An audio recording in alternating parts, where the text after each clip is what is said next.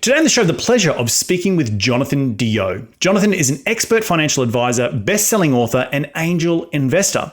Jonathan is also the founder of Mindful Money, where he uses his passion to educate others on the benefits of goal-focused and planning-driven wealth management tips to help people enjoy a better financial outcomes and a more fulfilling life. He also just told me that he was a recent speaker on a TED Talk, which I'm super pumped and excited to talk to him about. But enough out of me, let's get him out here. G'day, Jonathan. Welcome to the show. How are you doing today, mate? I'm so excited to be here, Reed. Thanks. Mate, to kick us all off, I asked the question to all my guests is, rewind the clock and tell me how you made your first ever dollar as a kid. So I guess as a kid, there's sort of two or three things that you want to talk about when someone asks that kind of question. And as a kid, the very first dollar I made was, I purchased bubble gum. And I went, this is probably third or fourth grade. This wasn't serious money, but I went to school with my thing of bubble gum and my buddy said, hey, I'd like, can I have a piece? And I was like, yeah, it'll be a quarter. So it cost me 5 cents or a quarter, maybe, I don't remember, to buy a pack of bubble gum, and I could sell a piece for a quarter at school. So that's my first dollar was, I guess you call it, I imported and marked up a piece of bubble gum. Well, I love it. And so, how did that, so I should ask, how did you grow up with money? Was that were your parents around to tell you the value of a dollar? No, I mean, it's, so the better money lesson was actually learned when my dad said, we had this property, and on this property was, think about like I don't know how big it was, maybe 50, 60, 70 square foot chicken coop. And the best money lesson I learned probably from my parents, among many, they had lots of great lessons, but this chicken coop, I was 16 years old, wanted to go to my junior prom. Didn't have any money. I've been working for a few years at Allied Van Lines, but my, that income had to get saved. The lesson was you have to save your money. So I saved my money. That was college money. So I couldn't touch that. My dad said, okay, you want to go to prom? I've got this chicken coop that I got to rip out, and it's going to take, I can hire someone to do it. I can probably pay them to do it. And he said, Jonathan, what would you charge me to rip it out? And I gave him some number, and the number was, I don't know, $400 or $500. It took me, if you think about, the old chicken wire on top of wood with stucco on it, it took me 4 months of hard labor to get this thing taken out. So I totally mispriced it. I got my $500. I got the money I needed for prom. But the lesson learned is you really got to think about the project before you price the project. Totally taken advantage of by my parents. Well, but it taught you the lesson, a value of a dollar, and you also were able to roll up the sleeves and get your hands dirty, right? And I still remember to this day doing manual labor in high school summers, and my dad always telling me, work on your studies, because the fact is you don't want to be on backbreaking work for the rest of your life. And it really rang true that I was just like, yeah, those hot summers, I was building pools or something. And it was the same sort of thing, like just manual labor in the heat, bending over and just giving it your all and being completely done by the end of the day by working a 12-hour shift and just going, yeah, I'm going to focus on my studies. Yeah. I mean, my first actual job was at Allied Van Lines, and I was 12, so I wasn't allowed to load boxes yet. But I worked in moving from 12 through high school and through the first 3 summers of college, and that's 10, 12-hour days lifting boxes, humping up stairs with couches and pianos, and it's hard work for, I guess, 12 years of my life, growing up. Right. So tell me walk us through now the journey that what you've got to today. Like, where did the entrepreneurial spirit come from? Did you go to college? You went into the corporate world. You said, I'm getting sick of it. What happened? Where did it all go wrong? Wrong or right, as the case may be. Wrong or right, yeah, exactly. Yeah. So I think my dad actually instilled in us this, like you said, like the value of the dollar from that little project of the chicken coop. But just, growing up, we didn't have much. So, if you wanted to go to, the soccer tournament, or you wanted to go to the baseball tournament, or the Boy Scouts camping trip, or the church trip, or whatever, I had to go door to door and sell sandwiches or sell chocolate bars or, work the car wash. So my entire life growing up, I had to earn my way to everything that we did. That means you got to get told no an awful lot. Mm-hmm. And he always said, hey, this whole process of learning about how to sell a sandwich door to door. I did that all throughout my neighborhood, all throughout my city. I would go door to door and sell these sandwiches. And then 2 months later, I'd come and deliver the sandwiches. I'd collect some money. And that would be how I would go to my church trip or how do I go to my soccer trip. So that's it's kind of an applied entrepreneurialism right there. So somebody else said, here's the tool, here's the thing you're going to sell, go sell it. And my dad would kind of, the first time out, he'd walk around the neighborhood with me, but then he'd set me on my own and I'd have to go and do it. So the idea of creating a revenue stream out of my own effort, that has always been part of my life. And I went to college and I studied finance for about a year and a half until I just got bored to death of it. I couldn't stand it anymore. The academics of it was just not what I wanted. So I started studying philosophy and religious studies and meditation and comparative religion. And I loved it. And so I spent 7 or 8 years doing that before finally saying, okay, I need to go earn a living. And then at that point, I was a dropout without a master's. I didn't get my master's in religious studies or in Buddhist studies.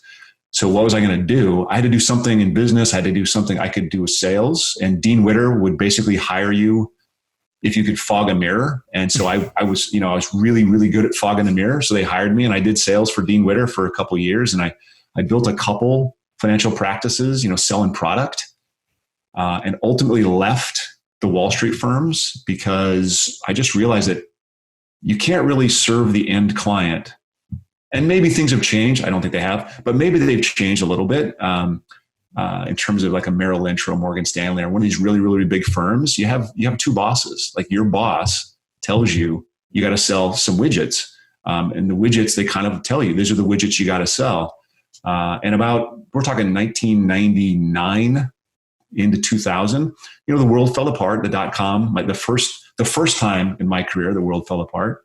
I had a manager who said, okay, Jonathan, we need you to produce more revenue. Why don't you start selling A shares or B share mutual funds or annuities?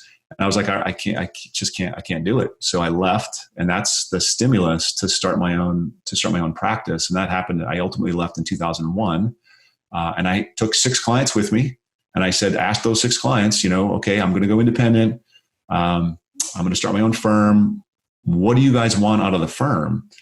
And that is actually what started the planning, goal-focused, planning-driven. They wanted more planning. And they wanted more education. They wanted us to communicate more. And so I started teaching about finance 25 years ago, and just love it. And they wanted it. It's something I could do and something I get excited about. I love talking about building wealth and investing and how to plan for your future. And so it just fit perfectly. And that's how we got started. Awesome. Well, it sounds like an incredible journey. And actually, just before this show, I just recorded another show with some other financial advisors, but more pivoting away from the Wall Street worlds and the widgets that you speak about, and more thinking about the education in the fact to empower people to sort of be their own financial advisors, so to speak, to go place their money in alternative assets outside of what Wall Street is telling everyone to invest in. And I think that ultimately, in and around the education piece and the teaching piece, is super important, because if without it, people are going in blind, right? And it feels, for any person who's got a spine, taking their money and them not understanding what you're doing with it sort of defeats the purpose, I think. And you're not going to get yourself out of a job, but you're just making sure that they're knowing that they're making the right decision. And ultimately, you educating them about that will make sure that they just love everything you do and the opportunities that they offer in front of you. So I think it's super important to lead with that as a business owner in order to bring in more clients. So with that being said, what do you teach on now? Like, has your teachings changed over the years, or has it typically stayed pretty much the same? It's a great question. So just to put this in context, I think SIFMA, which is an industry organization in Cerulli, just did a study. And in the study, they said that, in the realm of people who have between $100,000 and $1 million, 75, 3/4 of them have advisors. Mm-hmm. And of those 3/4 that have advisors, someone like me, 77 or maybe it was 77 to 80% would actually recommend their advisors. Only 1% said specifically, nah, I wouldn't go down this path. Like 77 or 80% of these people saw value in having a human help them through this whole process. Now, what does that mean? I don't think it means that that their advisors help them make better investment decisions necessarily. I think what it means is their advisors get to know them, understand what their hopes and dreams and goals are, and help them reach those hopes and dreams and goals. And now, for me, education plays a huge part of that. And the only thing that we've actually done differently today, or we're starting to do differently today than we've done in the past, is we're refocusing on the next generation. So instead of just educating our clients, which we do on a very regular basis consistently, we're actually saying to our clients, you know what? You're pretty set. The issue is one of transitioning wealth to the next generation. And how do we prepare them to be stewards for their kids and for the next generation and for their communities?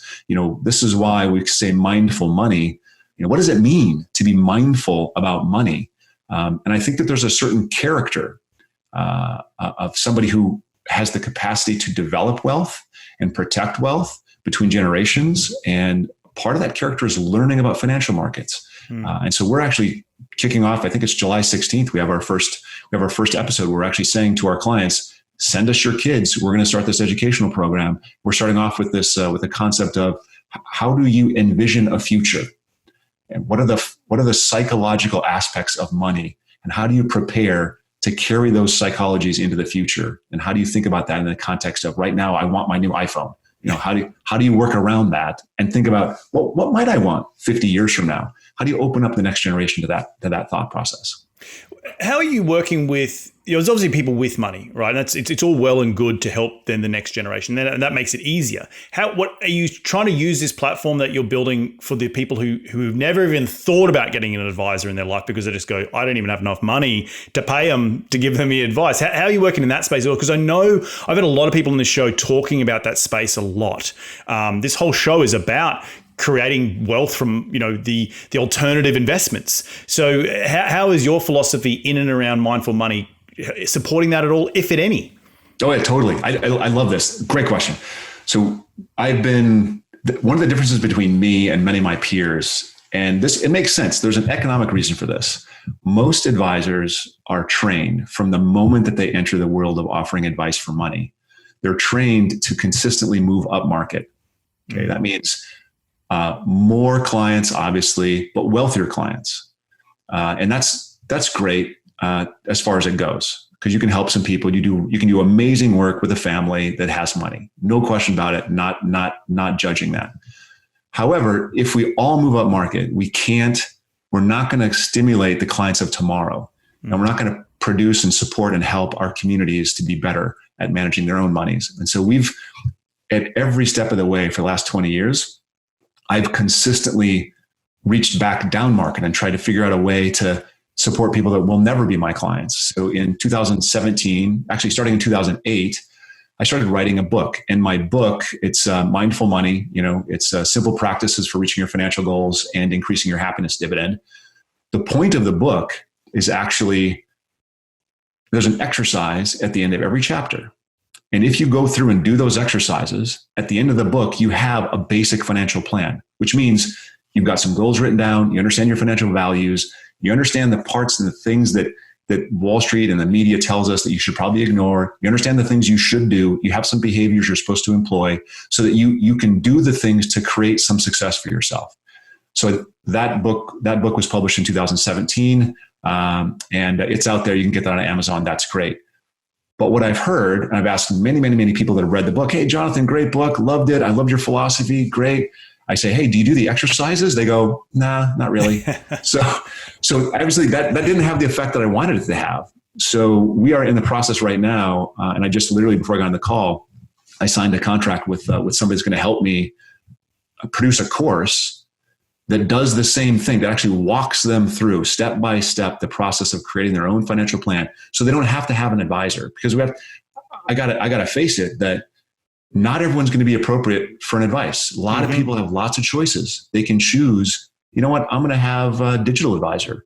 I'm going to have a live advisor. Hey, I'm going to do this myself. My spouse and I are going to work on this together. But the education is the thing that will keep them from hurting themselves. So we're creating these tools that can help people educate themselves, build their own financial plans without an advisor. And I just absolutely believe that some people will want to be our clients anyways. They'll want to actually hire an advisor. And that's what the Cerulli study says is some people just want to they don't want to do it themselves. They want to hire an advisor. And that's what we are. We're a service business. We're not brilliant. I'm not going to outperform somebody. That's not possible. No one can predict the future. But I am going to be able to be the person that can help walk somebody through it if they want to hire us. But everyone needs the education. Everyone needs the basics. Understands how economics works. Understands that you got to make trade-offs. You know, the thing that I keep reading more and more about is and this I hope we get into is there's a huge benefit in starting your own business, but there's so few people doing it these days. And now that we're in this coronavirus period, there's fewer and fewer people doing it. I'm hoping that there's a lot of people making plans for their own businesses or thinking about it, or what is the thing that I could do with my own business when things open back up again and getting starting on those things, because those people will actually be very successful. Yeah, I think if you take, it's funny having these back-to-back shows, I literally spoke about how the way in which we've been taught to spend money in traditional mutual funds, 401ks, a stock market is really a phenomenon coming out of the last century, right? Hasn't been around for eons or decades, a century, millennia, I should say. Prior to that, we all were our own entrepreneurs and own business owners, and it's now coming this swinging, I feel at least, when I'm interviewing the different, entrepreneurs and business owners and people who have struggled and realize it isn't what we've been told in school and what we've been told by our dads and our grandparents isn't the way that necessarily will create the fastest track to living. You spoke about what I wrote it down here, your happiness dividend. And that comes from working a crappy job and thinking you got to put your money in your 401k and you're going to retire at some point when you're 70, right? In 40 or 50 years time, which seems for the younger generation seems a millennia away. So I think the whole idea of shifting that around how you make money and where you make it and starting your own business is so important to today's conversation when people are struggling so much through wage growth isn't going anywhere. The opportunities, AI has taken away a lot of jobs from middle America, globalization to some point.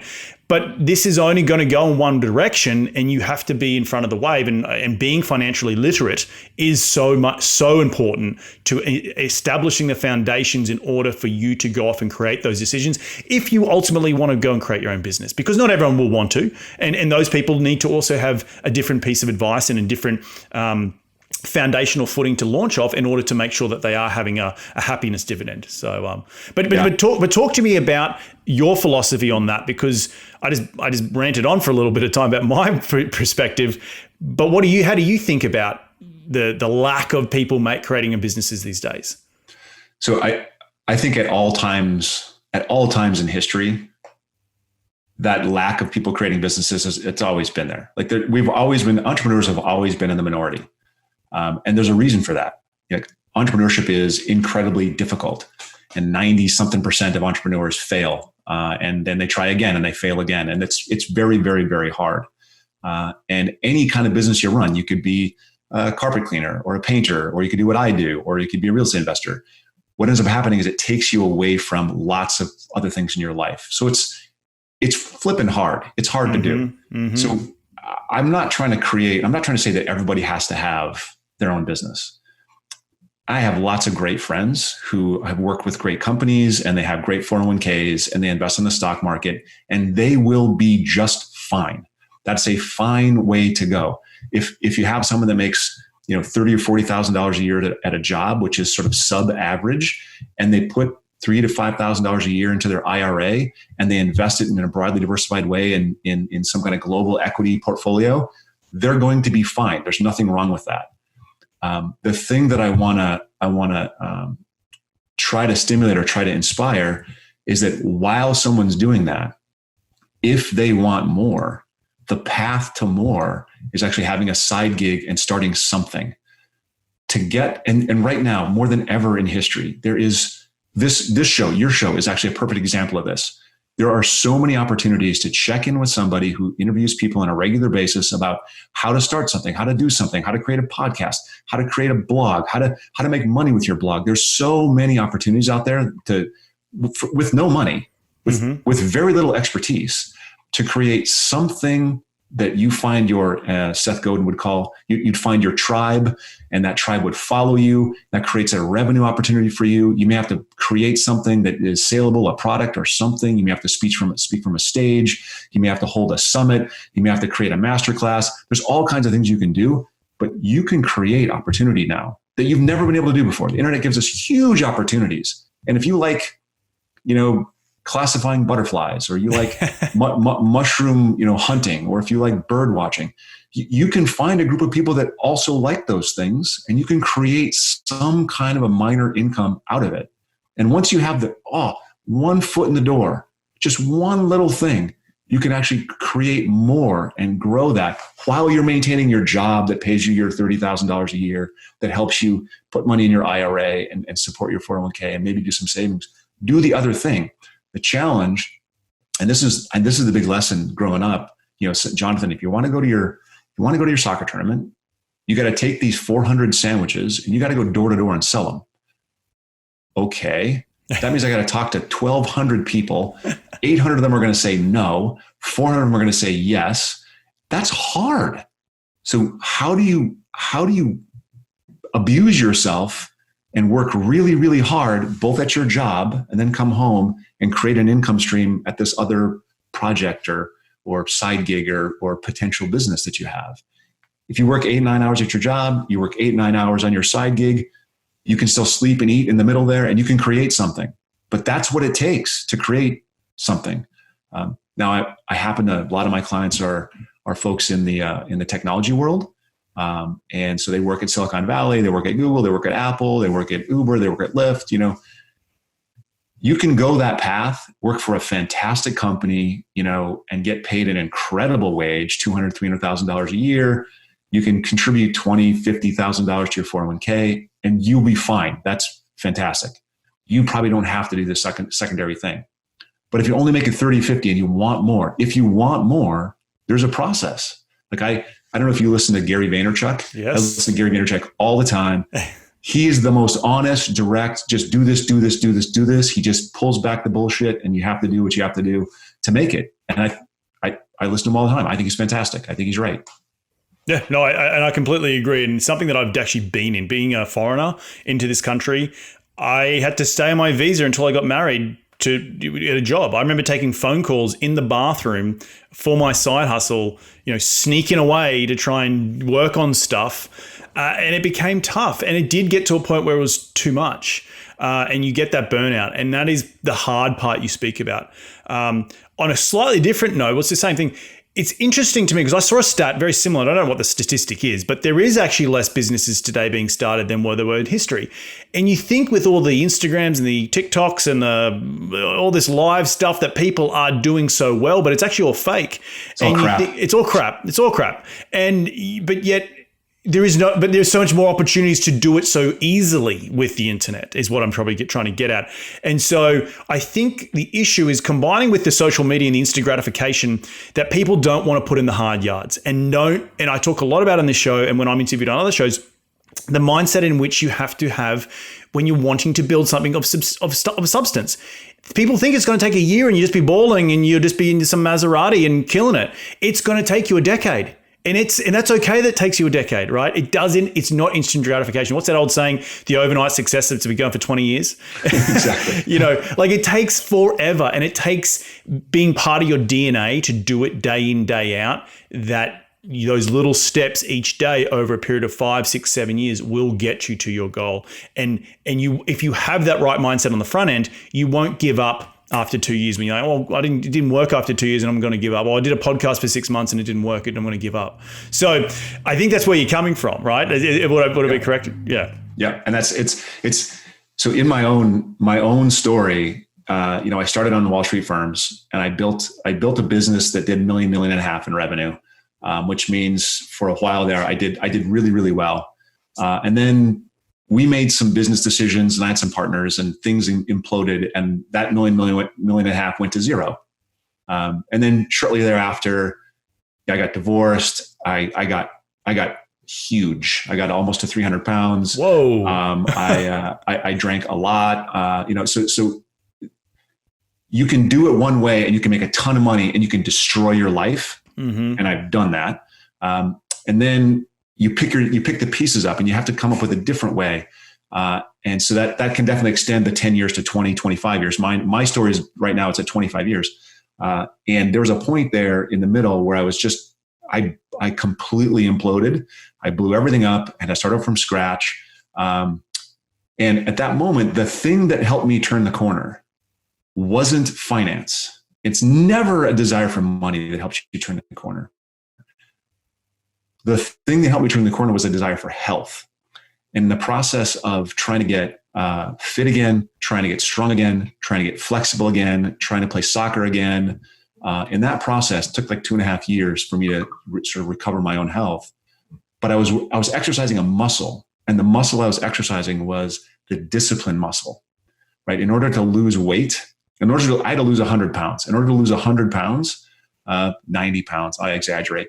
In order to lose 90 pounds, you got to get up. You got to pay attention every minute of every day to what you're eating. You have to exercise. You maybe have to take a second walk in the day. You have to do some exercise in the morning, do some exercise at night. Pay attention to what you're eating. Got to stop drinking. Can't have your ice cream. You have to constantly be aware and pay attention. So you're exercising both discipline, but your awareness. And if you can exercise discipline and awareness with smoking, with health, with finance, with anything, those things, with your relationships, it undergirds your success. So if somebody, I'm imagining some of your listeners aren't there and they don't know what's that first step? I say the first step is get up at 5:30 in the morning and exercise, and do that every day for 6 months. And I bet that changes your life. I bet that changes everything. If you start really early morning and exercise, drink your water, meditate, do things that are just quiet, reflect on what you're doing. That changes the direction. It enables you to go, okay, what are the steps I have to take? How do I make sure that I take those steps? I completely wholeheartedly agree with what you've just said there in terms of the burnout. And I've been there, right? I can definitely tell you that I've got to the point where I've had priorities and goals muddled up. And you see so many people where they have the different pillars in their life. So the health, the fitness, the relationships, the business, and they're only supported on one of the pillars, which more than likely at some stage was the business. And it sounded like for you, the business or the finance, and you get so caught up in it that when it goes away, the only direction you have to go is down, because you don't have your health, you don't have your fit, you don't have your love in your life, which is your people support you. You don't have happiness, you don't have mindfulness and awareness. And so all of a sudden you hit rock bottom. And that for you sounds like exactly where you've been. And I haven't been to rock bottom, but I've definitely have experienced issues where I put the business above my health or above the relationships that I have with my wife, and making sure that you're even spread across all of them, because the business doesn't, or the finances don't define you, as you said. It's making sure your health is in. It's both physical health and mental health. And that comes from, spending time with your kids, or spending time with your wife, or going traveling, or whatever it might be. And once you clear that up and the fogginess in your mind, it only allows for finances to come to you in bucket loads. And it sounds a little cheesy, but it is true. And I've got to the point in my life now where I focus a lot more on meditation, a lot more on my finance, a lot more on my relationships, because I need to, because that's what the point of life is. It's about enjoying the journey. It's not about what's going to happen in 10 years time, right? And it's about doing what you can do today to open doors. And don't get me wrong, you got to hustle, and it's time for hustle, but there's also got to be time to turn it off and make sure you're spending your time with whatever it is, on your health. And you talk about getting up at 5 a.m.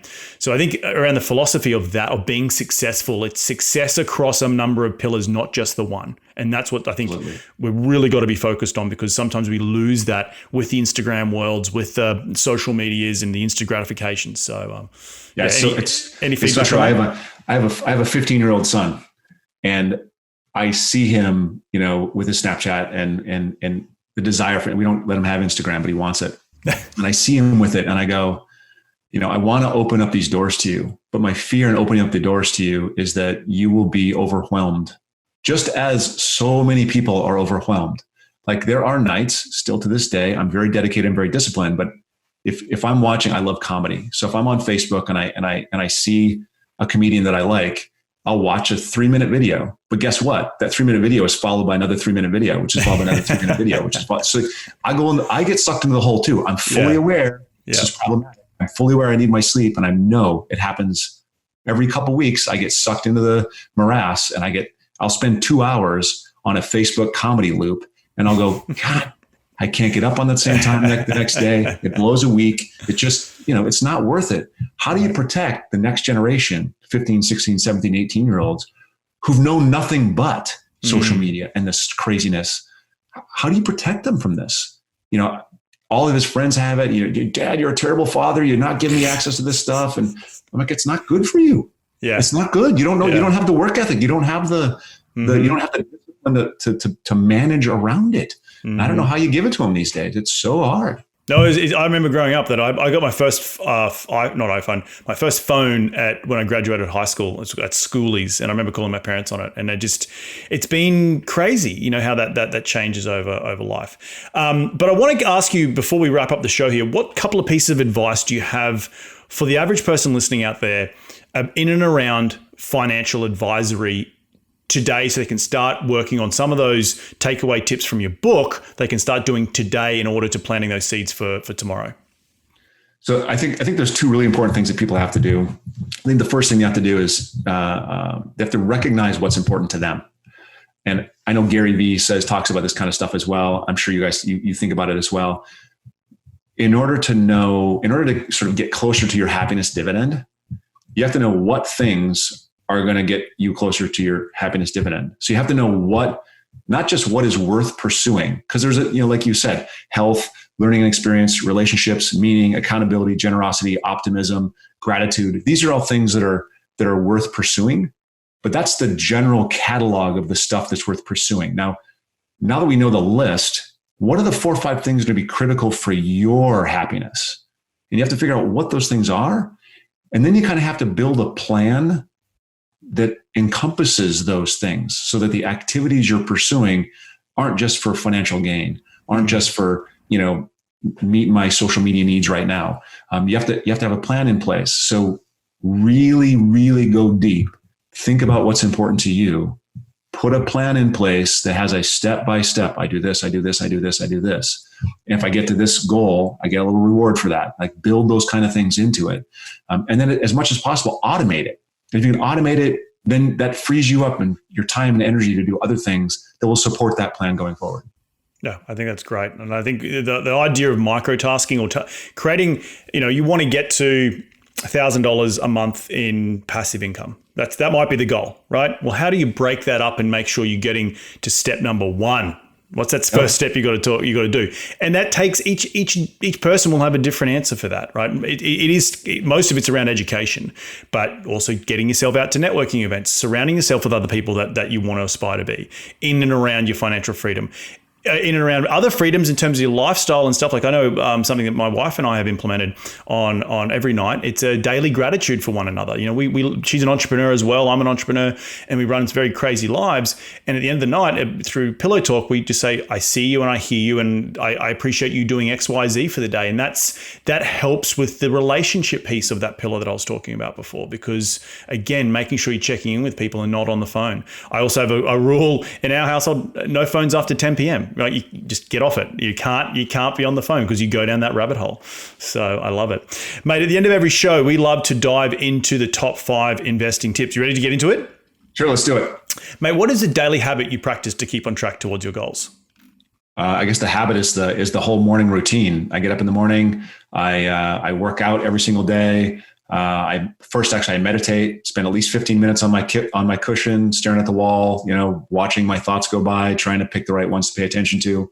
I work out, I cool off. While I'm cooling off, I'm reading. And then by the time I'm cool enough, I've read probably an hour Then I have breakfast, say hi to the kids, say hi to my wife, Kate, and then I'll shower and get ready for work.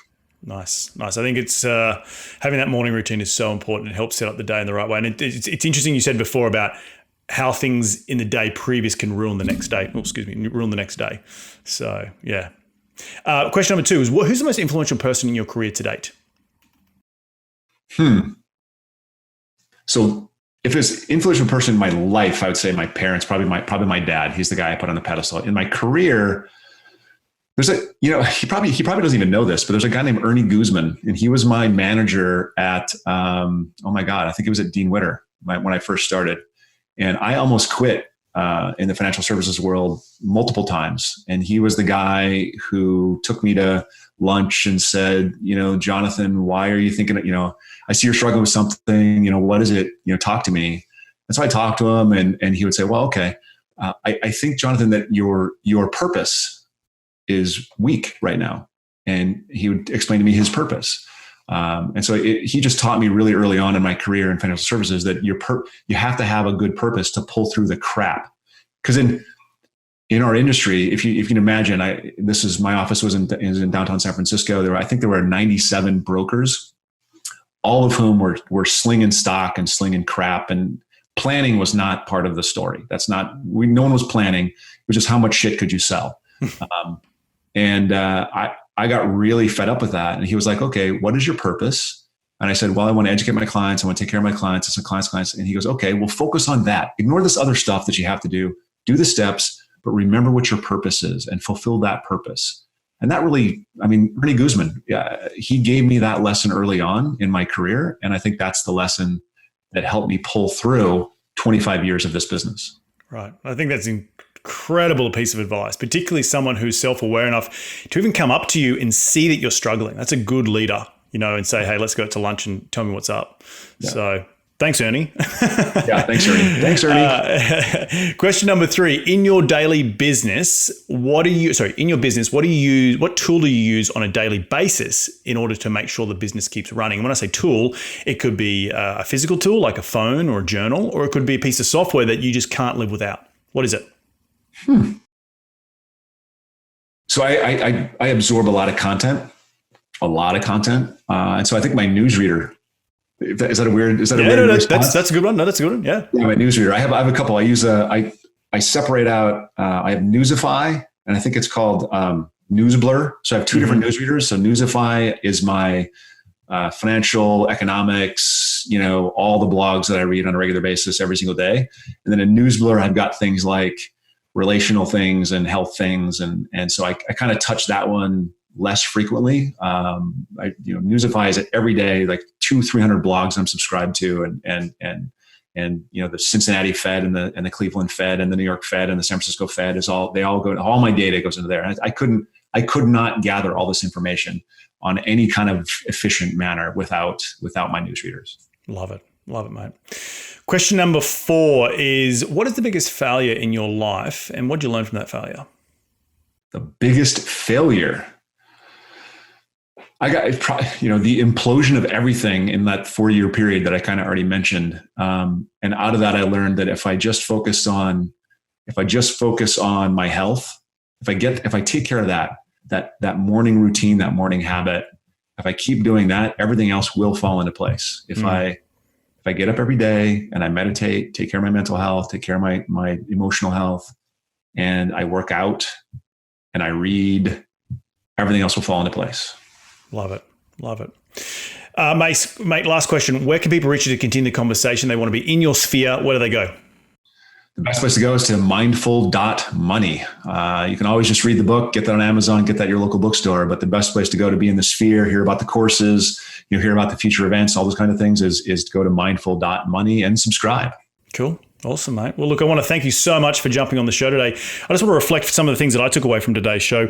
I think the happiness dividend must be the number one thing that I think is really important. And it seems to me that you have gone through some demons in your life in order to come out the other side with that word of happiness dividend, and using those failures or those shortcomings or getting to the bottom of the barrel and picking yourself up through your health and focusing on that one thing that you can control and letting everything else fall into place. I think that is super, super powerful and probably the number one thing I took away from today's show. Did I leave anything out? No, I think that's everything. Awesome, mate. Well, look, I want to thank you so much for jumping on the show. Enjoy the rest of your week and we'll catch up very, very soon. Thanks, Reed. Well, there you have another cracking episode jam-packed with some incredible advice from Jonathan. Remember to head over to his website at mindful.money and subscribe to what he has got going on over there if you want to learn more about creating a financial plan or any of the courses that he has over on his website. They are full of incredible content to help you plan for your financial future. I want to thank you all again for taking some time out of your day to tune in to continue to grow your financial IQ, because that's what we're all about here on this show. If you do like this show, the easiest way to give back is give it a 5-star review on iTunes. And we're going to do this all again next week. So remember, be bold, be brave, and go give life a crack.